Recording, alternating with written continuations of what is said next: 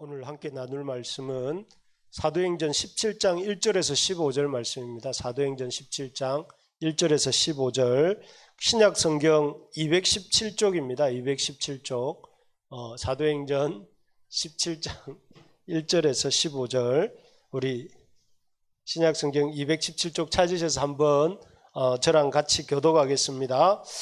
찾으신 줄 믿고 제가 먼저 읽도록 하겠습니다.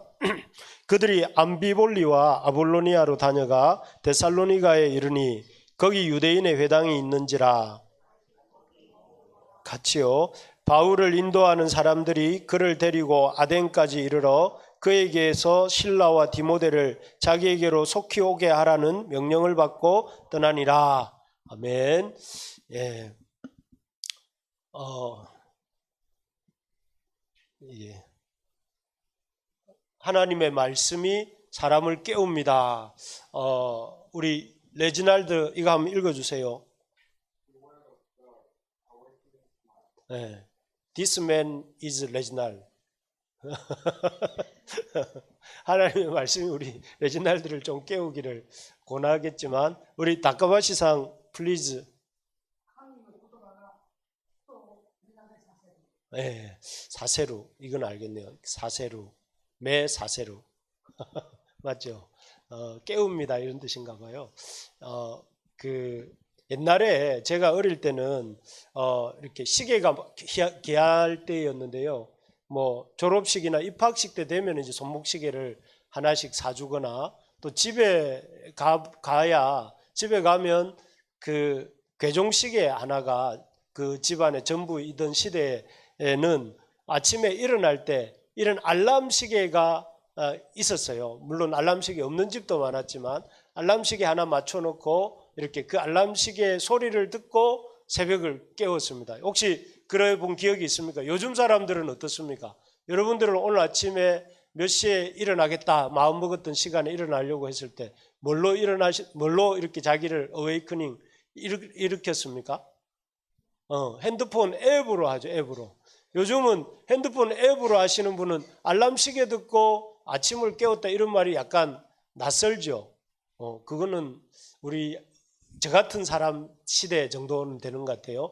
그러면 여러분, 그 하나님께서는 우리가 이렇게 깨어날 때 뭐 앱이든지 아니면 이런 알람 시계든지 이런 걸 이용해서 잠을 깨우고 또 일어났다면, 하나님은 사람을 깨울 때 어떻게 하실까요? 하나님이 병든 사람, 잠든 사람, 죽은 사람, 이런 사람들을 깨울 때 어떻게 깨우실까요?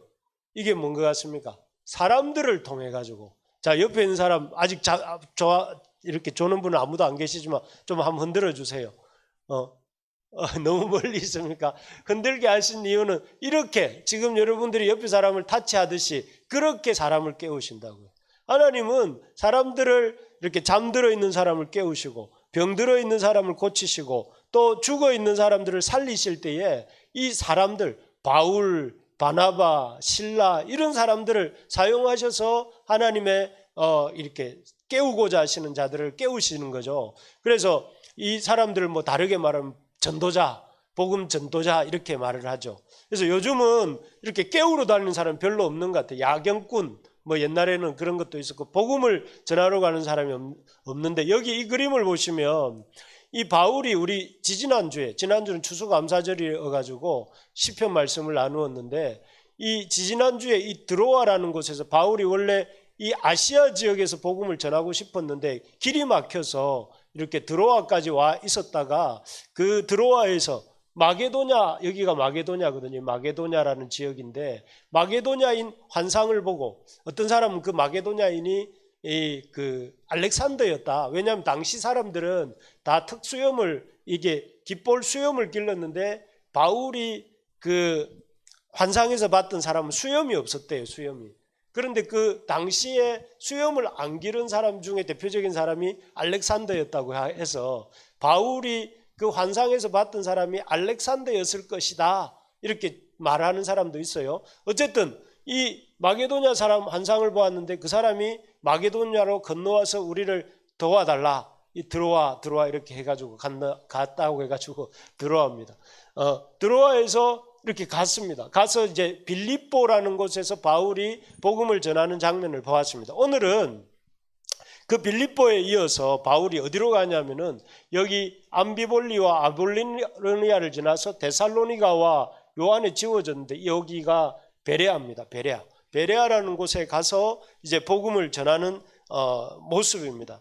그래서 이 하나님께서는 이 사람들을 통해서 그 바울과 실라와 또 그런 사람들을 통해서 사람들을 깨우세요. 그래서 이들이 갔을 때 어떤 뭐가 일어났냐면 소동이 일어났습니다. 여러분 소동이 무슨 뜻인지 아는 사람? 소동케 하는지라 할 때 소동하는데 소동 작은 아이를 소동이라고 그러나요? 소동자. 소동은 흔들어 깨워가지고 일어나서 사람이 막 움직이는 것. 소동, 일어나서 잠들어 있던 사람이 일어나가지고 수성거리며 분주하게 움직이는 것을 소동이라고 한다고 네이버 사전에 나와 있더라고요. 일어나서 움직이는. 그래서 여기 그 바울과 실라가 그 데살로니가에 들어가서 데살로니가가 그 마게도냐의 수도였거든. 행정 수도. 그곳에 들어가서 복음을 전했을 때 그 결과 어떤 사람이 있냐면 성이 소동했어요. 여기 5절에 보니까 성을 소동하게 하여 이렇게 되어 있습니다. 라운디드 앞, 소데이 라운디드 앞, 소동 이런 뜻인 것 같아요. 그리고 여기 13절에도 보면 유대인들이 바울이 하나님의 말씀을 베레아에서도 전한 줄 알고 거기서도 가서 무리를 움직여 소동하게 하거늘 소동이란다. 물론 이 방금 읽었던 5절과 13절은 좋은 의미에서 소동이 아니고 그 복음의 반대자들이 이렇게 그 복음을 전하는 일을 회방하려고 사람들을 막 저작거리에서 사람들을 흥분시켜서 바울을 이렇게 바울 일행의 사역을 회방하는 의미에서 소동이지만 그러나 좋은 의미에서 소동이 있습니다. 그 앞에 보면 여기 보면 이 그 4절에 보면 5절에 아까 그렇게 데살로니가에서 그 복음의 대적자들이 바울 일행을 회방하려고 하게 된 이유가 뭐냐면 우리 같이 한번 읽어봅시다. 시작. 그 중에 어떤 사람 곧 경건한 헬라인의 큰 무리와 적지 않은 기부인도 고난을 받고 바울과 실라를 따르나. 그 바울이 데살로니가에 들어가서 복음을 전했는데 놀랍게도 여기 보니까 많은 큰 무리와 적지 않은 기부인이 믿게 되었어요. 그러니까 이걸 믿으니까 그것을 보고 그 사람들이 여기 5절에 보면 시기해서 유대인들이 시기해서 소동하게 했다 이렇게 나오잖아요. 그죠? 그러니까 앞에는 어떤 사건이 있었냐면은 바울의 실라의 복음 전파로 인해서 경건한 헬라인의 큰 무리와 적지 않은 귀부인이 고난을 받고 이렇게 믿게 되었어요. 믿는 좋은 의미에서 소동이 일어난 거잖아요. 이제는 제우스가 아니라 그 하나님이 그리스도가 주님이십니다 하고 이렇게 고백을 하게 되니까 그 사람들이 이제 이걸 못하게 하려고 유대인들이 회방을 한 거죠. 여기 12절에도 보면 이게는 베레아입니다. 베레아에 가서 했는데 거기에도 역시 우리 레지날드 한번 읽어주세요.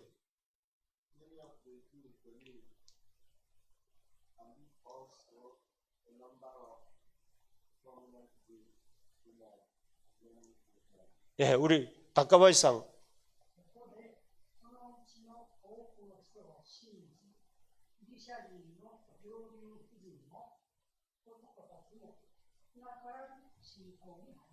예, 그 많은 사람들이 믿었어요. 참 신기하죠. 데살로니가에 들어가서도 복음을 전했을 때 믿고 또 그 베레아에 가서도 복음을 전할 때 소동. 이 사람이 이런 믿는다는 것은 마음에 어떤 움직임이 생겼고 그 움직임의 결과 긍정적인 쪽으로 하나님께로 마음 문이 열리는 것이 믿는 거잖아요. 그리고 반면에 어떤 사람들은 그 분노하는 마음이 생겨가지고 복음 전하는 사람들을 핍박하는 쪽으로 마음이 움직여요. 그러니까 이 결과 어쨌든 나쁜 쪽 소동이든 좋은 쪽 소동이든 뭐로 인해서 생긴 거예요? 복음 전하는 사람들로 말미암아 이렇게 움직임이 생긴 거잖아요. 그래서 오늘 말씀 제목이 뭐였죠? 하나님의 말씀이 사람을 깨웁니다. 잠자고 있는 사람, 아주 죽어 있는 사람, 병든 사람, 복음이 들어가면은 이렇게 움직임이 생겨요. 움직임이 왜 그럴까요? 이 생명이 있기 때문에 복음에. 그래서 참 이걸 보면서 저는 우리 그 부르심의 형제 자매들이 어디를 가든지 여러분들을 통해서 좋은 쪽에 움직임이 생명의 약동함이 일어나게 되기를 바랍니다. 여러분들이 가가지고 이렇게 좀 잠자는 사람들이 좀 깨어나고 병든 사람이 좀 고침을 받고 생각이 이 고침을 받고 또 몸이 고침을 받고 또 여러분들이 가서 죽어 있는 사람들이 거듭나는 역사들, 이렇게 믿는 역사들, 많은 사람이 믿는 사람이 많고 우리 의찬이를 통해 믿는 사람이 많고 또 헬라의 또 많은 세상의 사람과 남자들이 적지 않게 주께로 돌아오는 역사가 있기를 바랍니다. 그게 저도 마찬가지. 저를 통해서 믿는 사람이 많고 많은 기부인과 남자들이 주께로 돌아오는 역사가 일어나기를 소망합니다. 예, 여러분들도 그렇게 아멘 해주시니까 감사합니다. 그래서 여러분들도 마찬가지. 그래서 생명의 약동을 일으키는 그런 하나님의 사람이 되어야 되는데 그게 오늘 주제입니다. 어떻게 하나님의 이 역사가 이 바울 일행을 통해서 소동의 역사가 일어났던 것처럼 우리를 통해서 어떻게 그런 역사가 일어날 수 있는가? 그러면 오늘 본문에 이 하나님께서 사람을 흔들어 깨우시는 방법이 뭔가? 우리 라왓 이제 목소리 자주 못 들게 생겼는데 우리 한번 읽어주세요. 하나님 어떻게 흔들어서 쉐이크해서 어웨이크 시키시는가? 한번 생각해 보면 이 바로 하나님의 말씀을 전하는 사람들을 통해서 하나님은 사람들을 어떻게 깨우시는가? 사람들을 통해서. 여러분, 이 고전적인 방법입니다. 하나님의 방법은 다른 방법이었고 사람들을 통해서 사람들을 깨우시는 게 이 하나님의 변하지 않는 원리예요. 지금도 누가 사람을 깨우느냐 하면은 미련한 방법이지만 찾아가서 전하는 사람을 통해서 깨어나요. 그래서 지금도 전도가 필요하고 선교가 필요하고 지금도 복음 전파가 필요한 거예요. 이걸 우리는 좀 그렇게 되겠나 이렇게 생각할지 모르지만 이 원리를 알고 누굽니까? 잘못된 가르침을 가르치는 사람도 있잖아요. 우리 교회도 날마다 저를 전도하려고 이렇게 어떤 무슨 소식 선교회라는 데서 계속 뭘 갖다 줘요. 제가 없을 때 현관문 앞으로도 밀어놓고 저 철문 틈새라도 꽂아놓고 우체통에도 꽂아놓고 저를 전도하려고. 그래서 참 너무 그 정성이 가득하다마는 이런 마음은 있지만 참 대단하다는 생각이 들어요. 그 열심이, 그 내용이 대단하다는 게 아니고 그래서 그런 생각이 듭니다. 그러면 어떻게 하면 우리를 통해서 사람들이 깨어나는 역사가 있을 수 있겠는가를 생각해 보면 이 사람들이 어떻게 바울과 실라가 어떻게 이 베레아와 데살로니가에서 그런 어떤 소동의 역사, 복음의 선한 소동을 일으키는 역사를 일으켰는가 보면 첫째, 우리 한번 읽어봅시다. 시작. 성경을 가지고 강론했습니다. 우리 라와 레지날드 같이 한번 읽어보세요. First. They taught. 그들 가르쳤어. 성경을 가르쳤고 and discussed with the Bible. 성경을 가지고 토론하고 가르쳤어요. 다카바시상.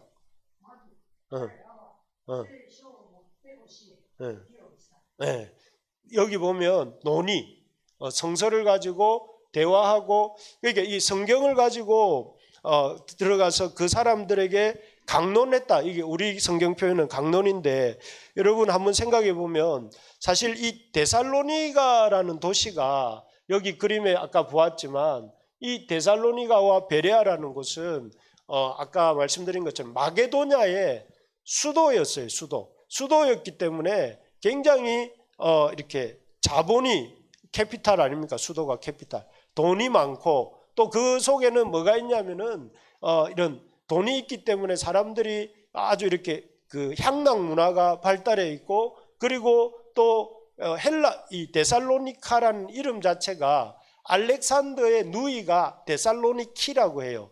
그 알렉산더가 자기 누이를 이렇게 기념해서 만든 도시가 데살로니가인데 그랬기 때문에 이 데살로니가는 그 알렉산더의 헬라 철학이 아주 이렇게 스며 있는 곳이에요. 그러니까 앞전에 봤던 빌립보는 그 로마 군인들, 퇴역 군인들이 살고 있는 콜로니아, 그러니까 제국의 식민, 나쁜 의미가 아니라 좋은 의미에서 작은 로마라고 불렸던 곳이라면 이번에 이렇게 보는 데살로니가는 헬라, 그리스의 어떤 그런 철학의 영향을 강하게 받는 곳이고 또 돈이 몰리는 수도였기 때문에 아주 이렇게 도덕적으로 아주 이렇게 그 향락 문화가 발달했고, 또 그리고 아주 이렇게 그 유대인들의 해방이 많은 곳이에요. 그래서 바울이 들어가서 복음을 전하려면 뭔가 좀 다른 방법이 필요해 보이기도 하는데, 바울은 놀랍게도 이곳에 데살로니가와 베레아에 들어가서 바울이 택했던 방법이 앞전에 보니까 뭐였어요?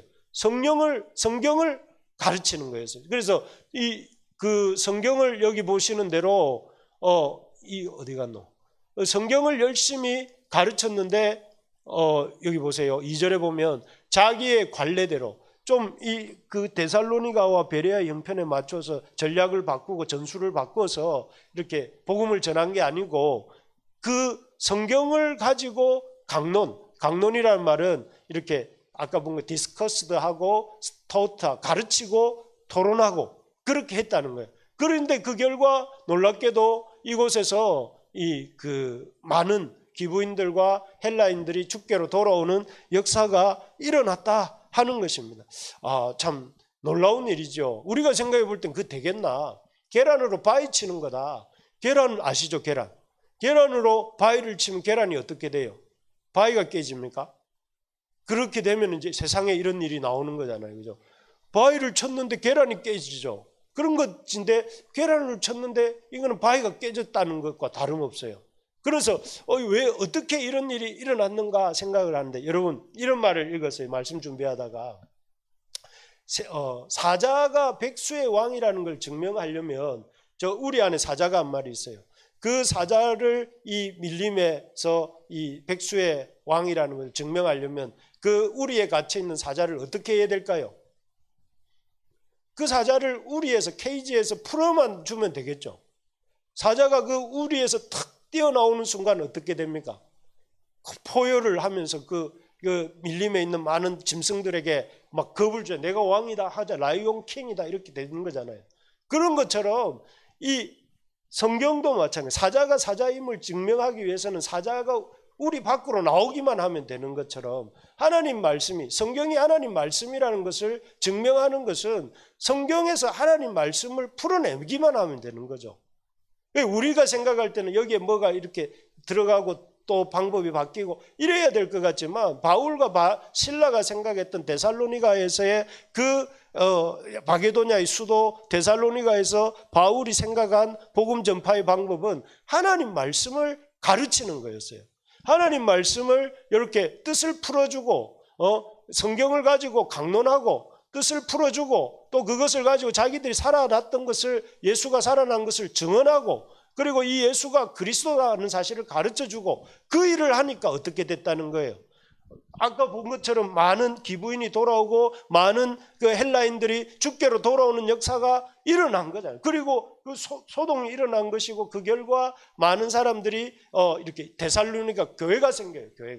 교회가 생겨가지고 나중에 바울이 2차 전도 여행, 3차 전도 여행, 나중에 로마로 감옥으로 갈 때에도 바울을 수시로 이렇게 기도해주고 재정적으로 지원해주고 사람들을 보내서 이렇게 어시스트 해주고 옆에서 서빙해주는 그런 일을 누가 하느냐면 데살로니가와 베레아 사람들이 한단 말이에요. 이게 뭘 말하냐면은, 여러분 제가 이렇게 보니까 저번에 몇 주 전에 정윤아 씨 얘기했잖아요. 탈북하신 분. 근데 그분이 이렇게 어떻게 이 한국 땅에서 잘 정착하셨냐니까 힘들었는데, 그 북한에서 이렇게 오신 분들이 이 땅에서 정착하는 게 어렵대요. 어려운데 그분이 잘 정착할 수 있었던 게, 에베소서 그 지인의 전도로 교회를 나갔다 거기서 에베소서 5장 8절에 보면 저희가 전에는 어둠이더니 이제는 주 안에서 빛이라, 이 말을 이렇게 그 말씀 듣는 중에 이 한 구절이 그 심령에 박혀가지고 내가 이제 빛이고 주님의 자녀라는 사실을 알면서 그녀가 인생이 바뀐 거예요. 또 여러분 잘 아는 전한길이라는 사람 아시죠? 그 노량진에서 메가스터디에서 그 한국사 가르치는 그분 있잖아요. 그분도 어떻게 인생이 그 30대에 학원 운영하다가 쫄딱 망해가지고 25억 빚을 졌답니다. 25억 빚을 졌는데 그 빚진, 그래서 거의 30대 25억 빚을 졌으면 거의 어떻게 어려운, 너무 재기하기 어렵지만 그가 붙들었던 말씀이 이사야서 43장 1절에 보면 내가 너를 지명하여 불렀느니 너는 내 것이라, 이 말씀이 그 전한길 씨를 붙든 거예요. 그래서 이름도 바꾸었잖아요. 이름이 한길이거든. 원래는 다른 이름이더라고요. 내가 이 길로 가겠다 이런 뜻인 것 같아요. 그래서 전한길 씨도 그렇고 또 여러분 들어보셨는지 모르겠지만 박정욱이라는 그 광주에서 그 재활치료의학과의 원장님으로 계시는 그분이 낙도 우리나라의 그 리아스식 해안이라고 하잖아요. 그 해안이 있다 보니까 섬들이 많은데 다도해라고 하는 그런 섬들을 다니면서 복음을 그 의료 선교를 하는 그분인데, 그분도 예레미야 원래 젊을 때 엄청 고생을 했는데 예레미야가 3장 33절에 나오는 너희가 어려움을 당하는 것이 나의 본심이 아니다 하는 그 예레미야 애가 말씀을 붙들고 인생이 바뀐 거예요. 제가 뭘 얘기하려고 하냐면은 말씀이 들어가면 사자가 케이지에서 풀려나면 사자의 됨을 증명하듯이 하나님 말씀을 풀어주고 가르쳐주고 또 그 하나님 말씀을 이렇게 확증해주고 증언해주기만 하면 어떻게 된다는 거예요? 사람이 바뀐다는 거예요. 그래서 여러분 우리가 해야 될 일은 무엇인가 하면은 하나님 말씀을 풀어놓는 거예요. 풀어놓는 거. 내가 그 말씀을 이렇게 이 성경 속 내가 가지고 있는 이 성경책 속에 내 가슴 속에 내 교회 속에 우리 속에 두지 말고 되겠나? 이게 데살로니가에 가가 되겠나? 이게 베레아 가지고 되겠나? 가 아니라 데살로니가든 베레아든 사람이 많든 그 세상 철학이 강하든 세속 문화가 강하든 어떻든 제일 중요한 건 뭐냐? 가르치는 거. 풀어서 가르치고 그것을 가지고 증언하고 그것을 가지고 하나님 앞에 전하면 그 다음에 누가 한다는 거예요? 사자가 알아서 한다는 거예요. 케이지에서 풀어주면 사자가 나가서 다 자기 먹을 거 잡아먹고 자기가 이렇게 이 맹수의 왕이라는 걸, 짐승의 왕이라는 것을 입증해내듯이 하나님 말씀이 한다는 거예요. 여러분 믿습니까? 네. 이게 우리가 가져야 될 확신입니다. 이 바울과 실라가 보여주고 있는 우리에게 가르쳐주고 있는 하나님의 그 역동적 역사의 어떤 첫 번째 비결이라는 것입니다. 그래서 여러분 이걸 우리가 참 말씀을 잘 붙들어야 돼요. 두 번째로 보면 이런 사역의 놀라운 열매는 그가 왕의 복음을 전했기 때문입니다. 우리 라왓 한번 읽어봅시다.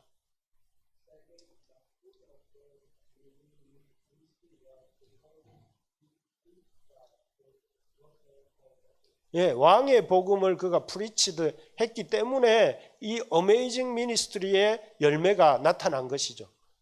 나타났다는. 어떻게 그렇게 나타났는가? 우리 다카바시상. 예.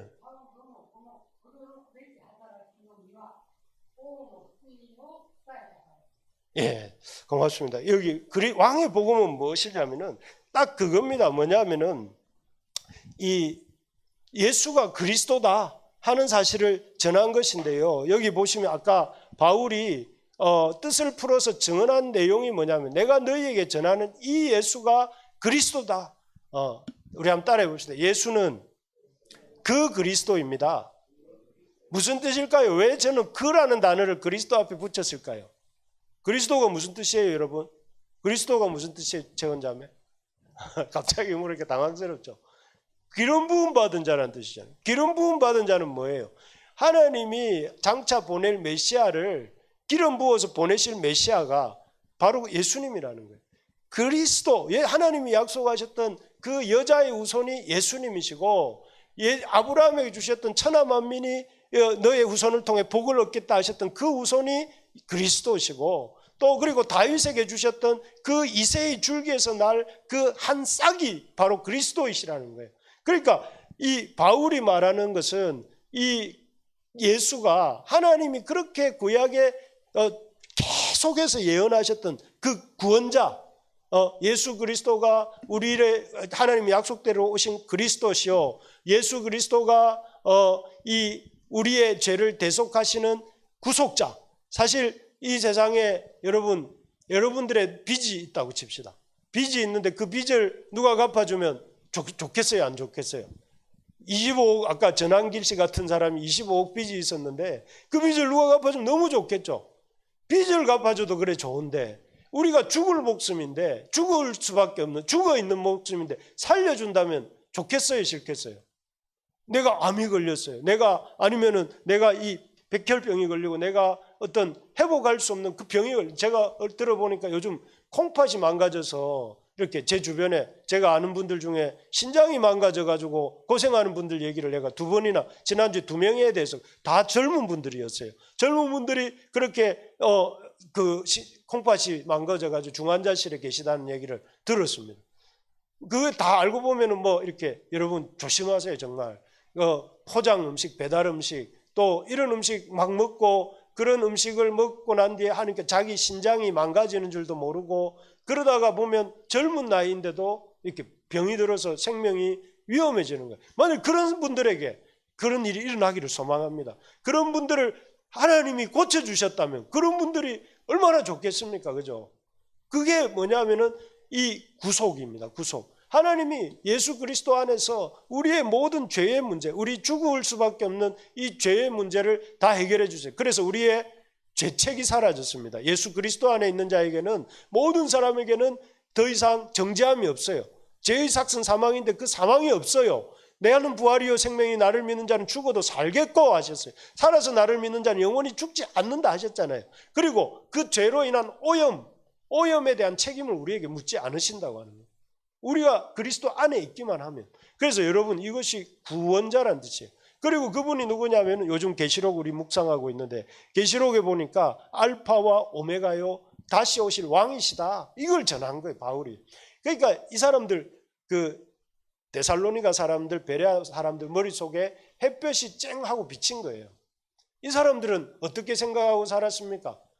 그 로마 사람들이 말하는 제우스가 아니면은 아프로디테가 아니면은 아폴론이 원래 그 로마 황제 숭배에 그 로마 황제를 신의 아들로 이렇게 믿고 숭배를 했는데 로마인들을 숭배를 강요했는데 옥타비아누스 때부터 그러니까 자기를 신의 아들로 했는데 그 신이 어떤 신이냐면 아폴로 신이거든요. 아폴로가 누굽니까? 아폴로 신은 달의 신이잖아요. 그래 이렇게 해가지고 뭐랄까 아닌가? 그 해의 신인가? 어쨌든 그 어떤 사물의 신으로서 자기를 이렇게 드러내는 그 로마의 신들을 믿어봤지만 그런 신들이 힘이 없잖아요. 그러니까 그런 신들을 믿어도 인생이 늘 힘들고 어려웠는데 그리스도 구원자 왕이신 예수 그리스도에 대해서 들을 때에 이 사람들의 마음속에 정말 이제 더 이상 이런 헛된 신을 섬기지 말고 하나님을 섬겨야 되겠다는 마음이 들었고 그래서 나중에 보면 야손 같은 사람은 그 데살로니가에서 바울 대신에 핍박을 받고 그럼에도 불구하고 변절하지 않고 내내 바울이 이어지는 선교의 후원자 역할을 하고 또 동력자 역할을 하는 역사가 일어나게 되거든요. 그래서 여러분 그 바울이 이런 놀라운 열매를 거두게 된 것은 예수가 누구이신지를 정확하게 전했기 때문에 그렇습니다. 여러분들은 예수님을 누구로 믿습니까? 여러분들은 저와 우리는 예수님이 나를 위한 메시아, 하나님이 약속하신 기름 부음 받은 자요, 또 하나님이 보내신 참 구원자요, 하나님이 보내신 왕이신 것을 믿습니까? 네. 그렇게 믿으셔야 되는 것입니다. 그래야 그 예수님을 참 나의 하나님이 보내신 그리스도요, 하나님이 나의 죄와 죽음의 문제를 해결하기 위해 십자가에 죽게 하시고 다시 살게 하시고 부활하게 하시고 승천하게 하신 그 주님으로 믿고 또 그분을 내 서번트가 아니라 나의 종이 아니라 나의 주님으로 내가 왕으로 모시고 살 때에 그런 삶에 놀라운 역사가 일어난 것입니다. 앞에 말했던 전한길 씨 그분도 이 25억의 수령에서 지금은 또 100만 유튜버라더라고요. 100만 유튜버. 그렇게 대단한 이 반전, 그게 대단한 건 아니라 30대에서 지금 50대 초반이시던데 그분이 그렇게 인생의 그 수렁에서 여러분들도 지금 수렁에 있는 분들 많잖아요. 어려움을 겪고 있는 분들 많잖아요. 거기에서 올라올 수 있었던 3가지 그 다니엘 기도에 제가 다음에 한번 링크를 올려드릴게요. 거기에 보면 3가지 자기 그 인생의 고비에서 나오게 되는 것이 첫 번째 3가지가 있더라고요. 첫째는 하나님 앞에서 타락하지 말자. 하나님 앞에서 타락하지 말자. 아무리 어려워도 타락하지 말자. 두 번째, 가정을 잘 지키자.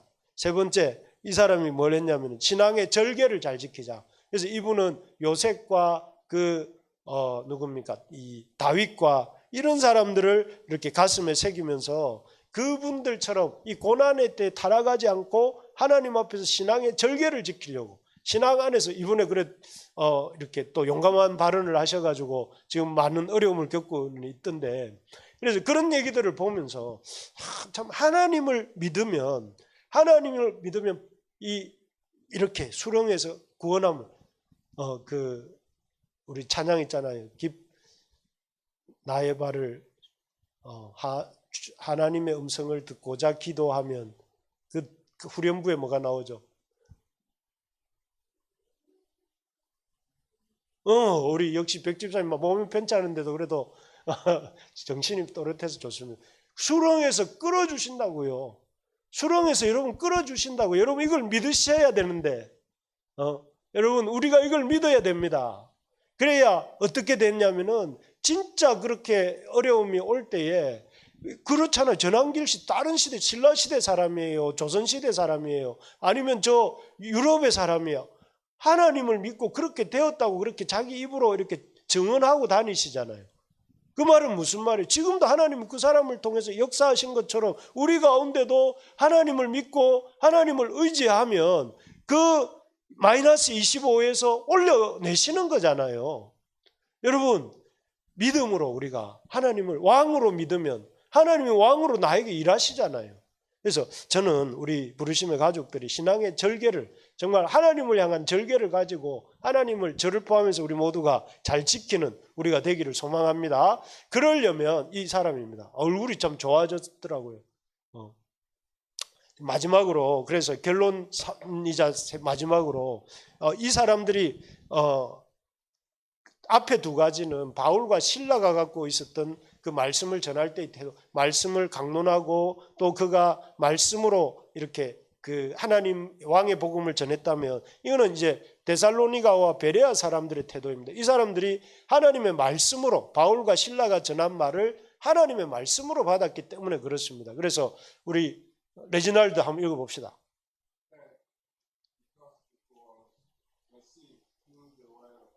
네, 우리 다카바시상.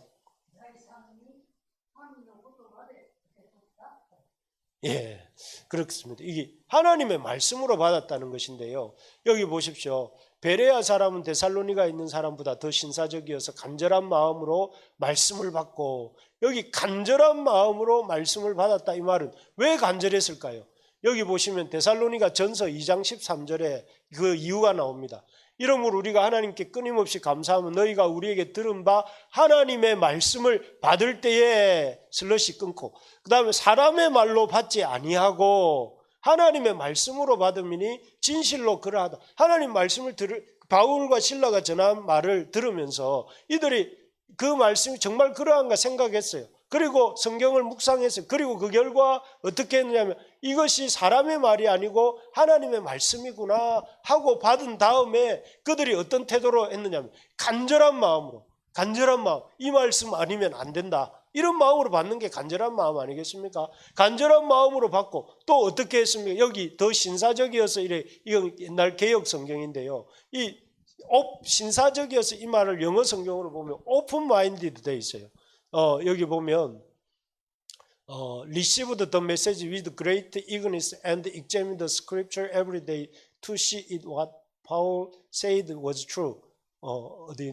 오픈 마인드라는 어떤 역본이 있었는데 제가 못 옮겼네요. 그래서 어쨌든 여기 보시면 이 사람들이 하나님의 말씀으로 받을 뿐 아니라 열린 마음으로 받고 그것을 받은 것으로 끝낸 게 아니라 중요한 게 상고했다는 거예요. 상고. 날마다 성경을 상고 다시 떠올리고 묵상하고 그랬다는 것입니다. 그렇게 할 때에 그 말씀이 데살로니가 사람들 가운데, 베레아 사람들 가운데 역사가 일어난 것입니다. 여러분, 우리가 알고 있는 그 독일의 히틀러 있지 않습니까? 홀로코스트의 주범 히틀러와 그 하이 히틀러를 외치던 수많은 독일 군인들이 왜 어떻게 독일에서 일어났는지 생각해 본 적 있습니까, 여러분? 독일은 루터가 등장한 나라예요. 루터가 있었고 종교개혁이 일어난 나라가 독일이에요. 독일. 그러면 그 어느 나라보다 종교, 하나님 말씀에 대해서 애착하고 열심히 있었던 그 조상을 둔 나라가, 그 성경의 믿음의 조상을 둔 나라가 독일 국민인데, 어떻게 그 독일에서 여러분 이 유대인들을 그렇게 잔인하게 600만 이상을 학살하는 그런 홀로코스트가 일어날 수 있었을까요? 독일 교회는 뭐 한 걸까요? 독일 교회가 히틀러가 그렇게 하면, 히틀러 너 그렇게 하면 안 돼. 우리 7계명입니까? 6계명입니까? 살인하지 말라고 했잖아요. 살인하지 말라고 했잖아요. 6계명에. 그런데 어떻게 그렇게 많은 사람들을 죽일 때 심지어 독일 교회가 찬성하고 동참하고 도왔단 말입니다. 어떻게 그런 일이 일어날 수 있었을까요? 믿는 독일인들이 뭐 했다는 거예요? 날마다 성경을 조금만 상고해 보면 이게 아니라는 걸 알 수 있는데, 그렇게 되는 이런 일들이 일어나는 게 뭐냐면, 하나님 말씀에 대해서 깊이 생각하고 정말 그것이 그러한가를 사람들의 행위들을 하나님 말씀에 비추어서 이렇게 생각해 보고, 그렇게 하면서 그것을 이 본해퍼 같은 사람은 그런 가운데 이제 더욱더 빛나죠. 그 잘못된 교회에 대해서 또 그래서 독일 국가교회에 대해서 반대를 했던 교회들을 고백교회라고 하거든요. 고백교회를 이끌면서 히틀러 암살 음모, 그게 암살하려고 했던 것을 잘했다 못했다는 건 그건 다른 학자들의 논의로 남겨두고, 어쨌든 적극적으로 히틀러가 잘못된 길을 가는 것에 대해서 이렇게 제지하려고 했던 그런 모습들을 우리가 보게 되잖아요. 그게 바로 이 베레아 사람들이 가졌던 태도고, 보네퍼가 갖고 있는 태도고, 또 우리 부르심의 가족들이 가져야 될 태도라고 생각합니다. 저는 여러분, 묵상이 뭐라고 했습니까? 지난주 했던 말씀을 또 떠올려 보는 게 묵상이라고 했잖아요. 여러분, 이 말씀 듣고 그냥 머릿속에 그냥 남겨두지 말고 또 날마다 한번 복습을 해봐야 돼요. 어제 말씀이 뭐였지?